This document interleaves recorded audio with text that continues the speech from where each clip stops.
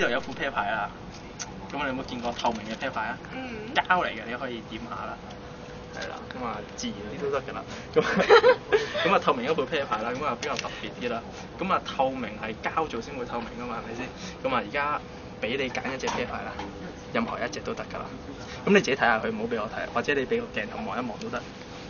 係啦，望咗啦，影到影到。啊。係啦，咁啊跟住咧可以隨時咧叫我整啦。係。啊，你可以放翻入裏邊啦。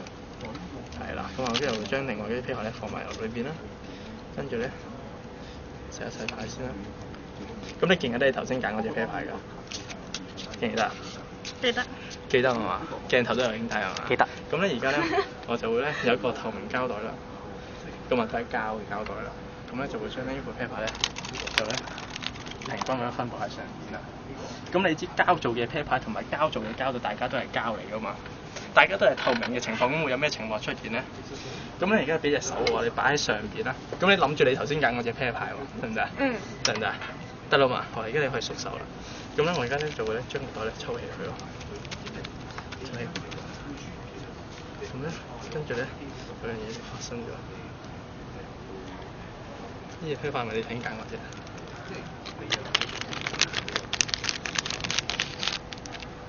你頭先揀嗰隻係咪隻手仔啊？